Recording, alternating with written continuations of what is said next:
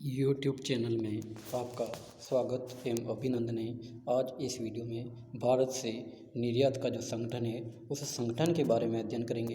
तो भारत से किन किन वस्तुओं या इन सेवाओं का जो निर्यात यहाँ से होता है वो प्रमुख रूप से इसमें देखेंगे। तो सबसे पहले जो है भारत के जो स्वतंत्रता प्राप्ति और स्वतंत्रता प्राप्ति के बाद में जो है स्वतंत्रता प्राप्ति या स्वतंत्रता प्राप्ति से पूर्व या स्वतंत्रता प्राप्ति के बाद के जो भी निर्यात में जो परिवर्तन आया है उसको भी अपन मुख्य रूप से देखेंगे। तो स्वतंत्रता प्राप्ति से पूर्व लगभग भारत में जो है चाय, कपास, जूट का सामान तथा खनिजों जैसी लगभग 50 वस्तुओं का निर्यात किया जाता था, लेकिन विगत 5 दशकों में ही भारत से लगभग 9,300 यानी इसमें क्या है 9,300 वस्तुओं का निर्यात किया जाने लगा है, जबकि पहले स्वतंत्रता प्राप्ति से पूर्व केवल 50 वस्तुओं का ही निर्यात किया जाता था।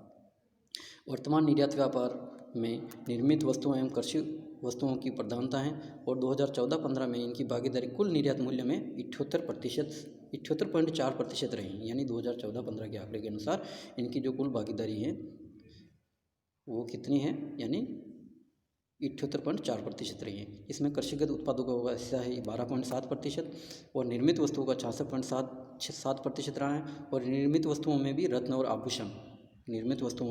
और आभूषण और सिले सिलाई वस्त्रों की भागीदारी ज़्यादा महत्वपूर्ण रही है। सूती धागे एवं वस्त्र, मशीनें और औषध और दवाइयाँ, सूक्ष्म रसायन एवं उपकरण, धातुओं के उत्पाद, चमड़ा और चमड़े का सामान, परिवहन उपकरण, बिजली का सामान, हस्तशिल्प, प्राथमिक एवं अर्धनिर्मित लोहा एवं इस्पात आदि निर्यात की अन्य प्रमुख जो वस्तुएं हैं जिनका भारत निर्यात करता है।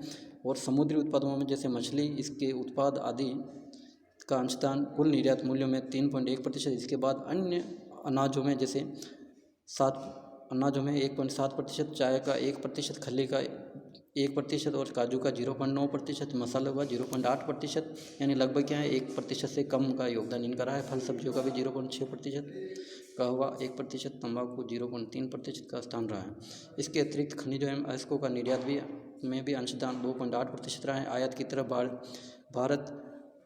भारतीय निर्यात व्यापार संगठन भी परिवर्तित रहा है, जिसमें जो निर्यात है वो कौन कौन सा है। तो ये जो सारणी है इस सारणी में आप देख सकते हो, ये टेबल अपने को आपको PDF भेज दी गई है। इसको आप अच्छे से जो है अपने नोटबुक में ज़रूर उतार लेवे और ये इसको अच्छे से समझने का प्रयास करें। तो जैसे सबसे पहले वस्तु समूह देखेंगे।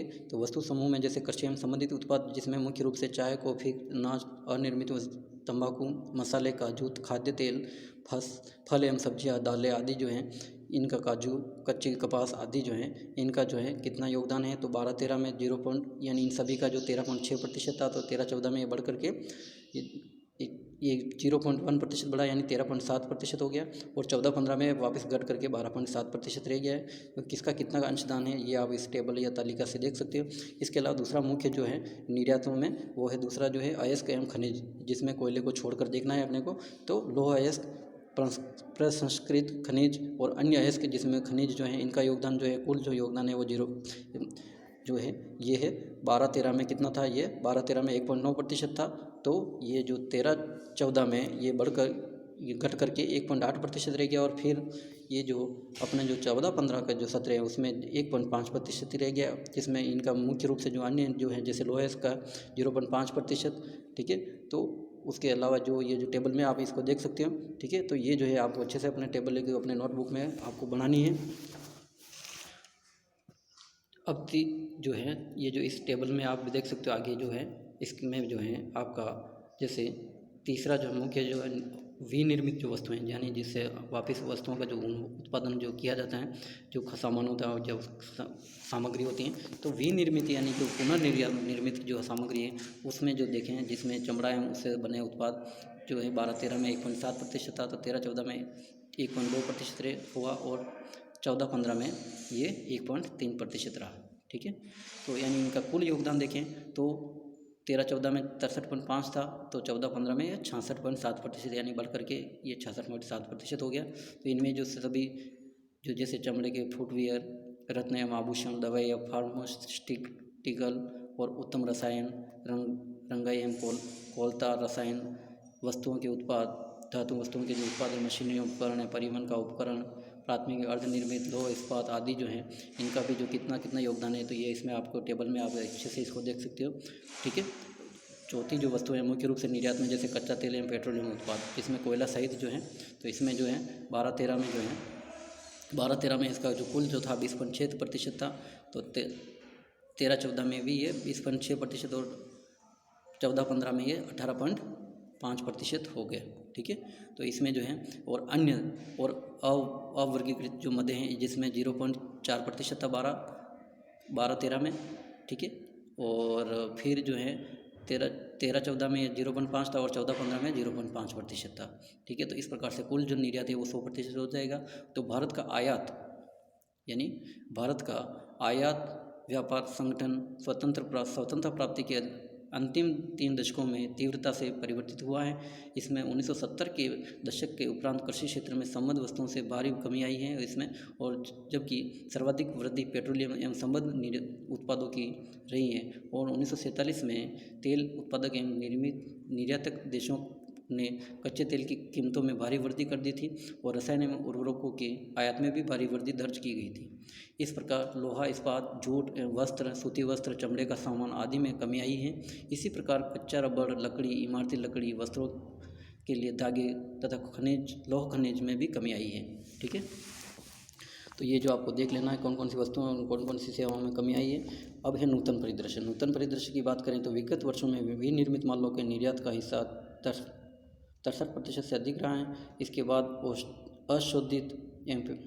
अशोधित एवं पेट्रोलियम उत्पादों को, इसमें कोयला सहित का निर्यात हिस्सा 20% है तथा कृषि एवं संबद्ध उत्पादकों का हिस्सा 12.7% है। सन 14-15 में यानी अप्रैल से दिसंबर में शीर्ष 7 उत्पादन समूहों में भारत का कुल निर्यात का हिस्सा लगभग 80.9% रहा। कितना रहा? 80.9%। कब? ये 14-15 में। ठीक है, पेट्रोलियम उत्पाद 18.5% हिस्सा और रत्न आभूषण 13.3% हिस्सा, कृषि और संबद्ध जो उत्पाद है उसका 12.7% हिस्सा और वस्त्र एवं संबद्ध उत्पाद का 11.6% हिस्सा, रसायन एवं संबद्ध उत्पाद का 10.1% हिस्सा, परिवहन उपकरण का 8.5% हिस्सा और मशीनरी का 6.3% हिस्सा रहा है। और पेट्रोलियम और कृषि तथा संबद्ध उत्पादों में निर्यातों में निरंतर जो बढ़ोतरी हो रही है और विगत 4 दशकों में सकारात्मकता रही थी इसमें। ठीक है, सन 14-15 में इसमें अप्रैल से जनवरी में नकारात्मकता हो गई थी और रत्न आभूषणों निर्यात में भी सन 12-13 में से और 13-14 में गिरावट के रुझान में दिखे थे और 14-15 में अप्रैल से जनवरी में कमी के रुझान दर्ज किए गए। इलेक्ट्रॉनिक सामान में निर्यातों में भी सन 12-13 में निरंतर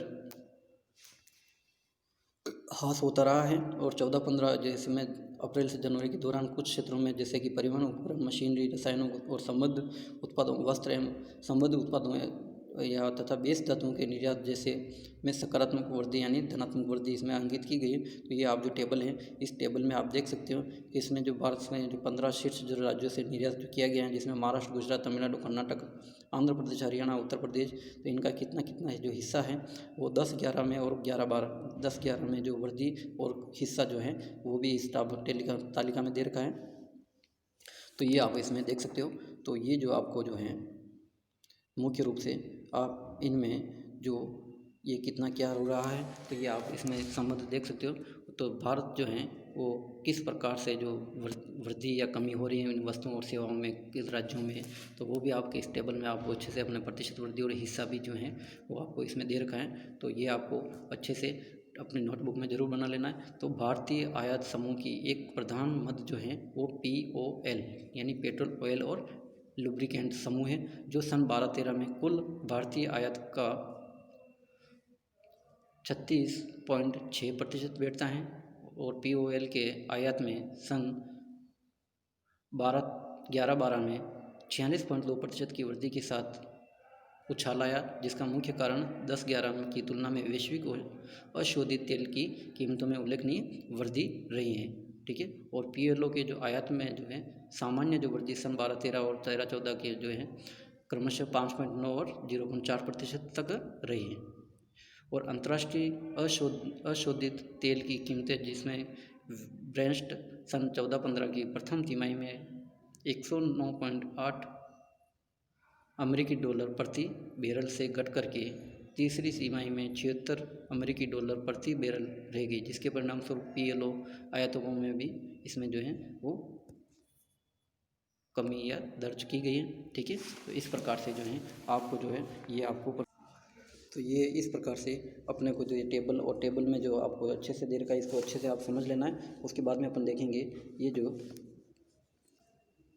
भारत के विदेशी व्यापार का जो प्रतिरूप, विदेशी व्यापार का जो प्रतिरूप है, तो विश्व के लगभग सभी देशों में भारत के व्यापारिक संबंध लंबे समय से रहे हैं, जिनमें पश्चिमी यूरोप और आंग्ल अमेरिका और पेट्रोलियम निर्यातक देशों के समूह यानी ओपेक आदि देशों से भारत की व्यापारिक भागीदारी रही है, लेकिन इनके साथ सीधा भागीदारी में कमी आ रही है तथा विकासशील देशों की भागीदारी में वृद्धि हो रही है। यानी भारत में जो वर्तमान में जो काफ़ी जो परिवर्तन दिखाई दे रहा है, यानी विकासशील देशों में जो भारी वृद्धि हो रही है। 2007-8 में भारत के कुल निर्यात में एशिया एवं ओशनिया की भागीदारी 37.48% रही। इसके बाद पश्चिमी यूरोपीय देशों में इसकी जो है 22.5%, अमेरिकी देशों में 24.73% भागीदारी रही है। इसी तरह भारत ने अपने सबसे अधिक आयात 27.50% भी एशिया और ओशनिया से ही किया है। इसके बाद पश्चिमी यूरोप से 27% और आंग्ल अमेरिका से 7.88% अंशदान रहा है। और विभिन्न विशेष संदर्भ में संयुक्त राज्य अमेरिका यानी यूएसए का भारत का सबसे बड़ा व्यापारिक भागीदारी रहा है। इसके बाद great Britain, Belgium, Germany, Switzerland तथा जापान का क्रम आता है। भारत से रत्न आभूषण एवं रेडीमेड वस्त्र, सूती धागा वस्त्र, धातु निर्मित वस्तुएं, हस्तशिल्प आदि का निर्यात भी किया जाता है। इसी तरह संयुक्त राज्य अमेरिका जो है,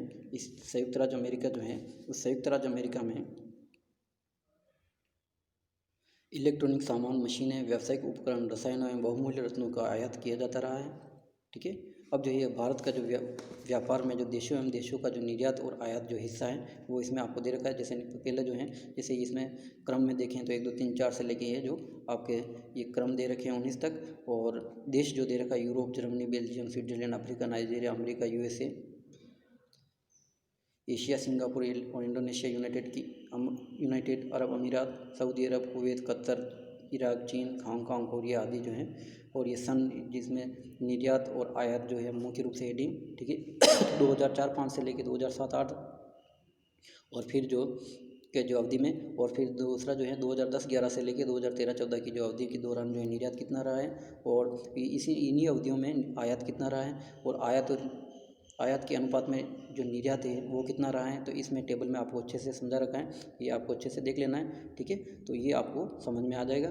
तो ये किसका अंशदान है, तो जैसे यूरोप का जो है 2004-5 से लेकर 7-8 की अवधि में जो है निर्यात जो है वो 23.3% था। तो वो जो है 2010-11 से 2013-14 में जो है वो 18% यानी घट गया है। ठीक है, तो इसी प्रकार आयात के अनुपात में जो 73.6% था, तो वो 10-11 की अवधि में ही 68.6% रह गया। ठीक है, तो इस प्रकार से जर्मनी में भी कितना था, यानी तो 33% और ये 25% रह गया। आगे के जो दशक में 9, 10, 11 जो अवधि के जो है या 13-14 की अवधि में इसी प्रकार जो है ये अन्य देशों का भी दे रखा है, जिसमें एशिया का जो है 48.5 है। ठीक है, इन्हीं अवधि में, तो ये जो बाद में बढ़ करके 50.2% हो गया। इस प्रकार से जो है इसमें निरंतर वृद्धि हो रही है। तो अब यूनाइटेड अमीरात की बात करें तो इसमें जो है निरंतर इसमें वृद्धि आपको दर्ज दिखाई दे रही है। जैसे इनका हिस्सा जो पहले था वो 9.2% था, वो 11 हो गया, फिर 4.5 हो गया, फिर बाद में 7.6 हो गया। इस प्रकार से ये जो इन्हीं अवधि में आयात निर्यात में जो अंतर जो है 140% रहा है। ठीक है, ये कब 2004-5 की अवधि में आयात का जो अनुपात में निर्यात हिस्सा। ठीक है, तो इस प्रकार से आपको अच्छे से ये टेबल देख लेनी है। तो धन्यवाद, ये आपको अच्छे से आपको PDF भेज दिया गया है, इसको आप अच्छे से समझ लें ताकि एग्ज़ाम में जो है आयात निर्यात जो है इसके संदर्भ में प्रश्न बनता रहता है। भारत के प्रमुख आयात एवं निर्यातकों को समझाइए, इस प्रकार से प्रश्न आ सकता है। तो इसको आप अच्छे से देख लें। धन्यवाद।